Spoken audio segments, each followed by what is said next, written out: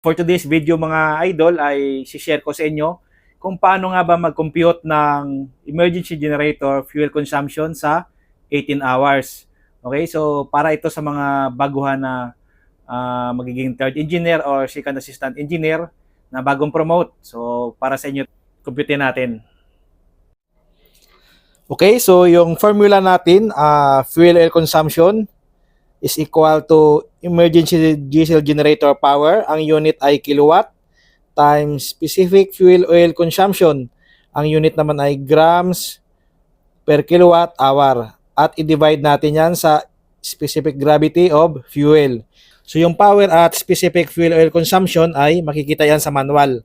Okay, so yung given natin ngayon ay ang power ay 137 kilowatts and yung specific fuel oil consumption ay 208 grams per kilowatt hour. So if OC is equal to ano na natin 137 kilowatts yung power times 208